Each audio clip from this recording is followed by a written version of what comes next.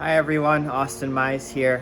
We're going to go ahead and take a look at my Visalia 3B saddle tree. Um, it came out of a saddle that I bought. It was a really plain saddle and it had some patchwork done and some unoriginal pieces. So I bought it knowing it would be a great one to take apart and 3D scan the tree and get accurate measurements on everything and really duplicate the fork and get correct shapes for a 3B tree. And when I got it down to the rawhide, I noticed right away the tree was pretty bug infested. There were some nasty looking spiders still living. There's a weird worm-like critter crawling around, leaving like silk trails, and there was a ton of bodies of tiny little pill bugs. And so I knew that the rawhide had to come off and this thing needed a thorough cleaning. Not something I wanted to go in the house in a condition like that.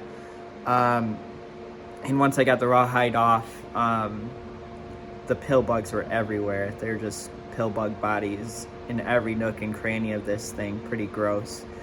But this might be a bit of a don't meet your heroes thing for some of you.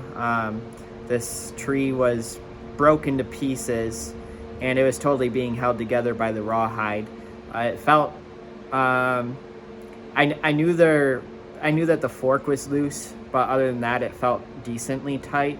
But once the rawhide was off, it was pretty clear that this tree's been destroyed. Yeah, it was nothing was holding together by the time it got to me. But it's important to remember Visalia stock saddle company was a production saddle company. They built a ton of these things. And the one I've got is from the 30s. Other eras might be better quality than what I've got here. But yeah, it's a mass-produced saddle essentially, of quite good quality, considering. And it probably served a really good 50-year lifespan before things started falling apart. But yeah, with that said, let's take a look at the tree and I'll walk you through all of the different things and what we can learn from it. So starting at the front, typical with Visalia saddles, they came in drilling for their saddle strings and totally just went right next to the edge and blew it out. Made a really weak spot there that over time with abuse just started falling apart. Little pieces kept chipping off, so this whole chunk was loose. I just glued that back in, and you can see there's all sorts of wood missing here. Same story with the other side. This was loose, I glued it in. This is still loose. Yeah, they just go too close to those thin edges, blow it out, and then as the saddle gets abused over time, it just slowly starts chipping away. And it's just soft, well, not soft, but just the rawhide kind of holding that corner together. Moving on, you can see everything with this tree is loose. The glue they used for everything has long since failed, and that led to quite a bit of the chipping in different areas as well. The fork joinery is kind of interesting. They've got a flat spot that extends back behind where the fork goes, and then they laminated on a piece of wood on each side and then sanded or blended it back down to create their joint there. And of course, once the glue failed, those started chipping away, and the left side was in 3 pieces that I glued back. So yeah, kind of interesting there. You can see the biggest breakage in this tree was, of course, the stirrup groove. What got them here was this tree's totally made out of some sort of pine wood. I don't know what it is exactly, but the bar is 1 piece. And what got them here was it's fragile pine wood, and the grain orientation did not work out. You can see the grain goes straight through and out the stirrup groove, so it snapped right along there when it got a heavy whack at some point.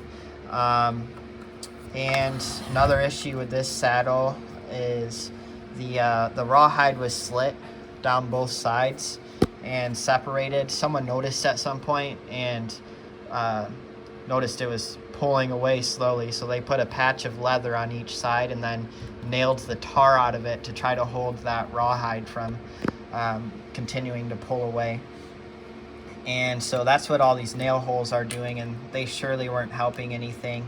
A bunch of the nails were going through the stitching of the rawhide and popped the stitching on the back side, so it was separating even more. So yeah, real poor repair job there. But that's what's going on with all those nail holes. Moving on, sticking up in the front with the fork, there's this massive knot that they pulled out, and they just tried to fit some wood in here, and then they finished it off with like some plaster that they used as a filler, real hard and real brittle. And there's little pieces of that all over inside the rawhide. I thought at first there was a knot here, and then I thought there was a knot here. Then I realized this is a straight hole that goes straight through. So I think they've got a dowel that goes through both pieces of the fork, because of course it's joined at the middle like most old forks. And you can see the joinery failed, got cracked apart up there, and the horn is holding everything together right now. The horn and, well, probably this dowel. The horn is really cool. It's cast bronze and really neat, clean casting.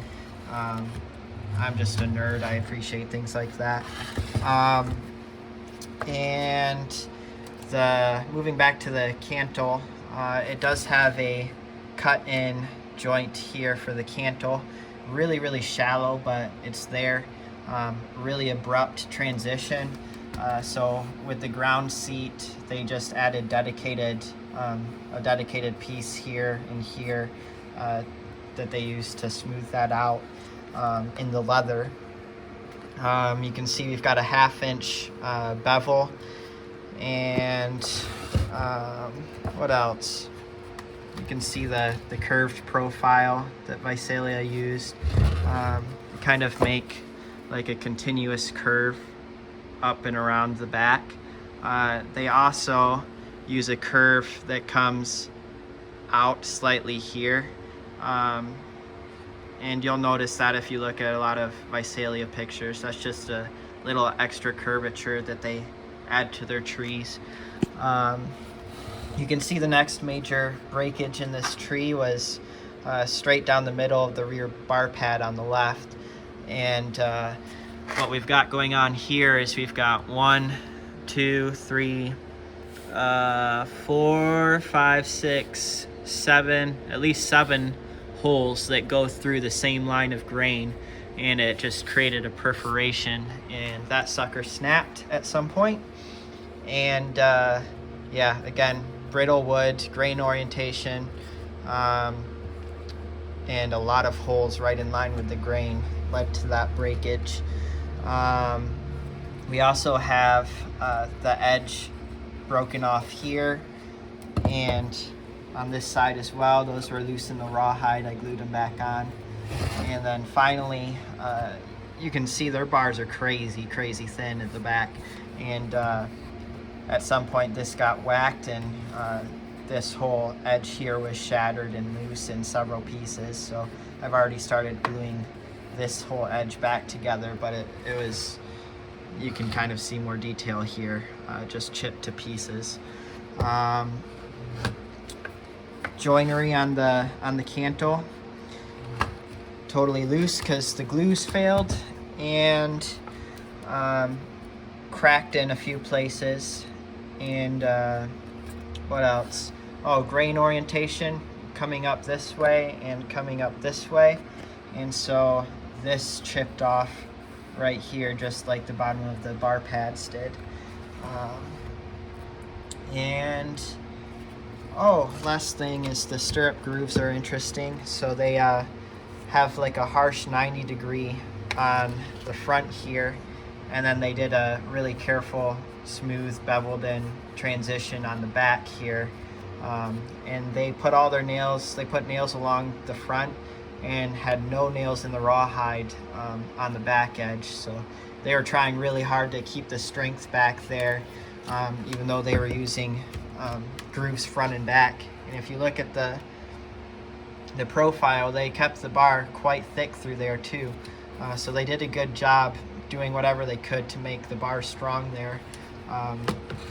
And of course, where they went wrong was, again, just the quality of the wood and the grain orientation. So what a lot of us do these days, as I'm sure pretty much everyone watching this video knows, I use yellow poplar. It's really a lot harder to crack. It's less fragile. It's got an interlocking grain. But I use laminated yellow poplar. It's turned up so it's quarter sawn going this way. And that breaks up the grain so that there's no way you can get just one straight plane of grain going straight through that will break cleanly. So it makes the bars a lot stronger doing it that way. And you can also see with the stirrup grooves, both sides are beveled in, real shallow transition there.